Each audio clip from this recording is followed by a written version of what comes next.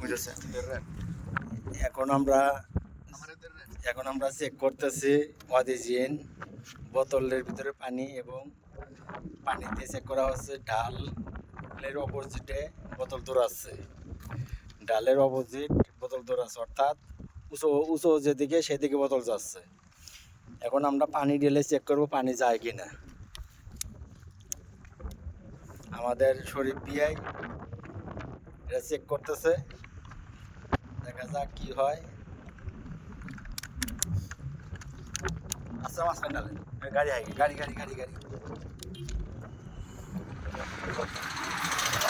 একটু মাঝখানে ডালে মাঝখানে এদিক দু সাইড তো শিওর আমরা তো দেখতেছি, তাই না?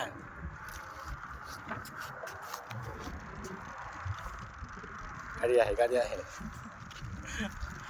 উল্টার দিকে যাচ্ছে, উঁচুর দিকে বোতল দৌড়াচ্ছে।